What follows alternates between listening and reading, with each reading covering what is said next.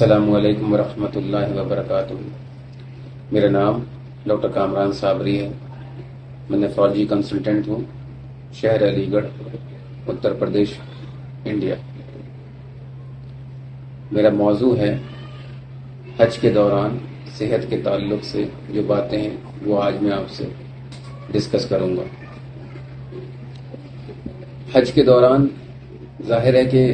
کیونکہ ہمیں یہ بات علم ہے، حج تھوڑا سا آپ کی فزیکل اسٹرینتھ چاہتا ہے،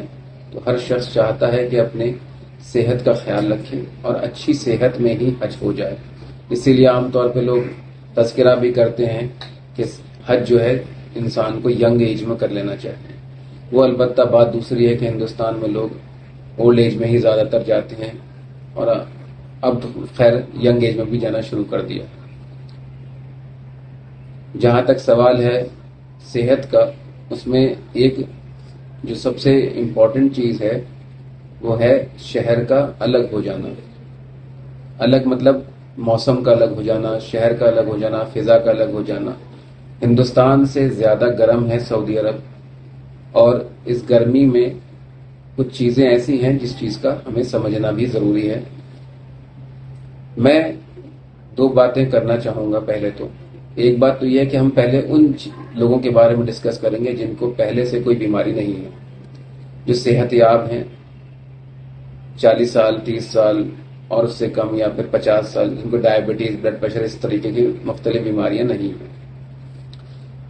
اس میں ضروری چیز یہ ہے کہ اس میں ان لوگوں کو دھیان رکھنا ہے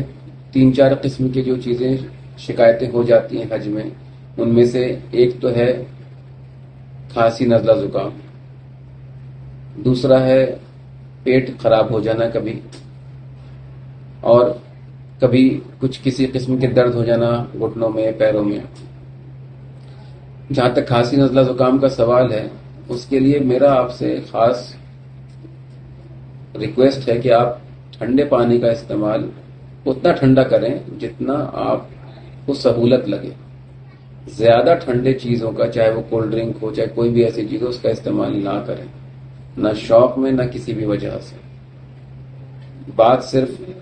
ہفتہ 10 دن کی ہوتی ہے جو خاص طور پہ حج کے تعلق سے ہوتی ہے۔ اس دوران پرہیز کرنے میں مجھے نہیں لگتا کسی کو کوئی اجرت ہونی چاہیے۔ جہاں تک پیٹ کا سوال ہے، خاص طور پہ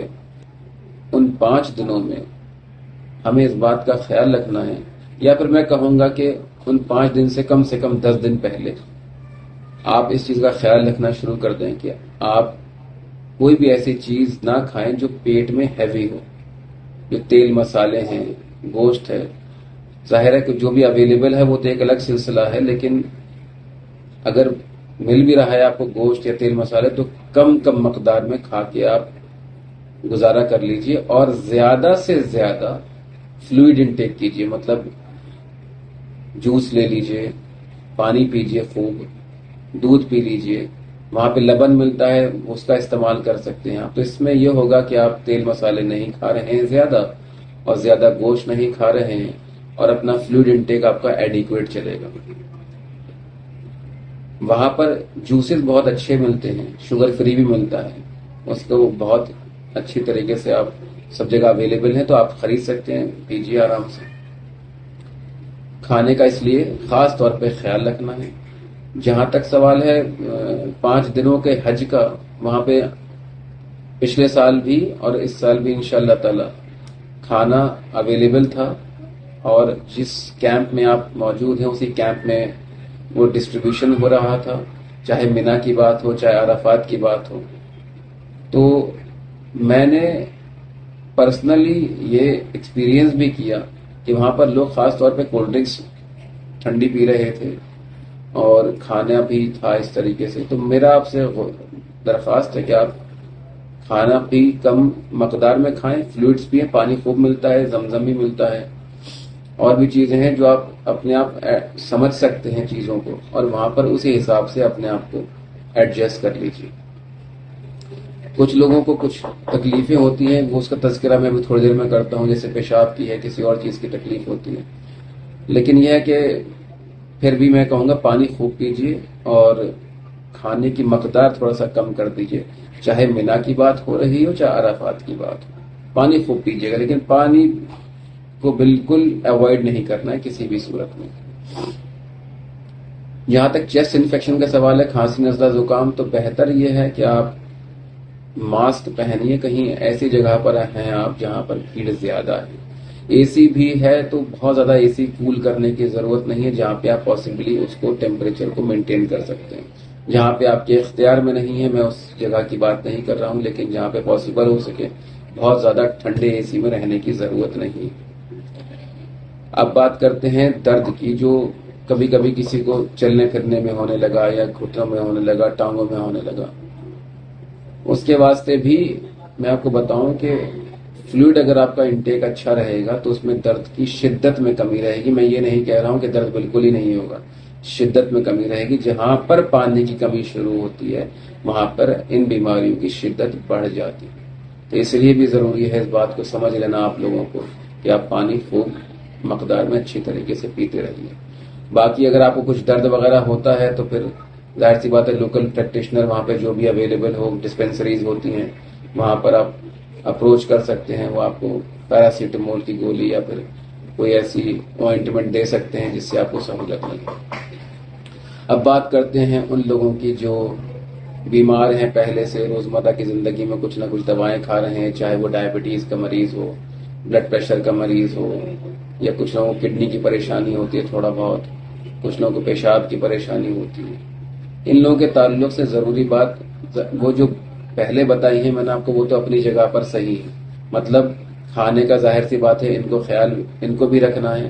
ان کی جو معاملات ہیں وہ زیادہ خراب اس وجہ سے ہو سکتے ہیں کیونکہ ان کو پہلے سے کوئی بیماری ہے، اور اس میں اگر ایسی چیزیں ہو جائیں مثال طور پر چیسٹ انفیکشن یا لوز اسٹولز،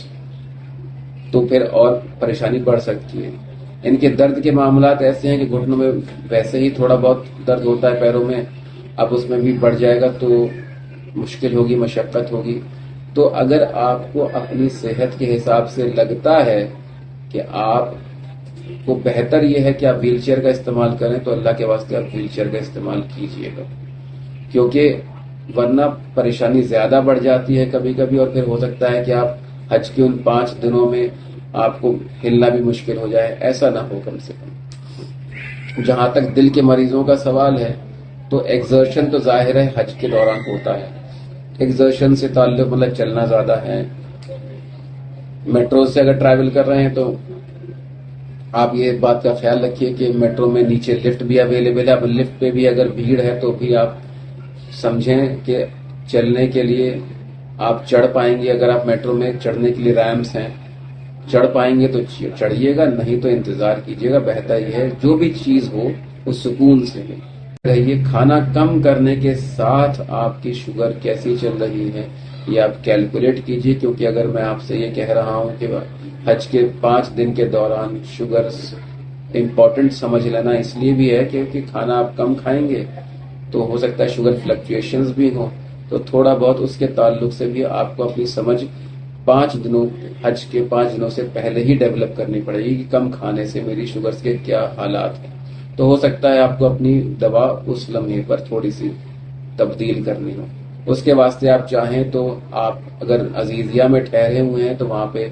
ڈسپینسریز ہیں انڈین کیمپس کی، وہاں پہ آپ جو ڈاکٹر اویلیبل ہیں ان سے کچھ ڈسکشنز کر سکتے ہیں، وہ بہتر ہوتا ہے پہلے سے ہی آپ کو پتا ہو کہ کن صورتحال میں کیا کرنا ہے۔ جہاں تک کڈنی کے مریضوں کا سوال ہے یا پھر فار دیٹ میٹر کوئی بھی اور مرض، بلڈ پریشر ہوا، اس میں بھی فلوئڈ کا انٹیک اچھی طریقے سے سمجھنا بہت ضروری ہے، کیونکہ آپ چلیں گے تو ہو سکتا ہے پرسپریشن، پسینہ نکلنے کی وجہ سے زیادہ ڈپلیشن ہو والیوم کا، تو اس لیے کچھ دوائیں ایسی چل رہی ہوتی ہیں ہارٹ کے مریض کی، بلڈ پریشر کے مریض کی، کڈنی کے مریض کی، جو پیشاب زیادہ کرواتی ہیں، تو اس میں آپ کو اس بات کا خیال رکھنا ہے کہ وہ دوا ہو سکتا ہے کہ آپ کو ضرورت ہو کہ کم کر دی جائے، لیکن ظاہر ہے کہ میں اس طریقے سے ابھی آپ کے سامنے اپنا ایک اوپینین پریزنٹ کر رہا ہوں، لیکن یہ ڈسکشن آپ کو اپنے لوکل کسی ڈاکٹر سے وہاں پہ کر لینا ضروری ہے۔ کر لیں گے تو مناسب رہے گا، بہتر رہے گا، آپ کو بھی اپنے بدن کے تعلق سے چیزیں سمجھ میں آئیں گی کہ کتنا آپ فزیکل ایکٹیویٹی برداشت کر سکتے ہیں، کتنی فزیکل ایکٹیویٹی کے ساتھ میں آپ اس حج کو صحت کے ساتھ کر سکتے ہیں۔ مینا تک جانے کے لیے آسانی ہوتی ہے، ٹریول کر کے چلا جاتا ہے انسان، کسی بھی وہیکل سے اویلیبل ہوتی ہیں، وہاں پر ساری سہولتیں مہیا ہوتی ہیں۔ اس کے بعد پرائیویٹ والے جو ہیں وہ بس سے جاتے ہیں، اور عزیزیہ والے زیادہ تر لوگ میٹرو سے جاتے ہیں، تو میٹرو تک ہی ٹریول چلنا پڑتا ہے۔ اس کے بعد میٹرو آپ کو سہولت سے عرفات پہنچا دیتی ہے۔ تو اس وقت کے جو حج کے معاملات ہیں اس میں چلنا بہت کم ہو گیا ہے، بس زیادہ جو چلنا ہے وہ چلنا ہے مینا سے جمرات کے لیے، وہ بھی 2 مرتبہ، خاص طور پہ، ورنہ مزدلفہ سے لوٹتے وقت تو وہ بھی میٹرو مل جاتی ہے، تو میٹرو سے سیدھا عام طور پہ آدمی جمرات چلا جاتا ہے۔ کچھ لوگ ہیں جو پھر مینا اتر کے پھر بعد میں جاتے ہیں، تو پھر وہ پیدل جاتے ہیں۔ جو بھی ہو، لیکن اپنی باڈی کو ٹھیک سے سمجھ لینا بہت ضروری ہے، اپنی بیماری کو سمجھ لینا بہت ضروری ہے۔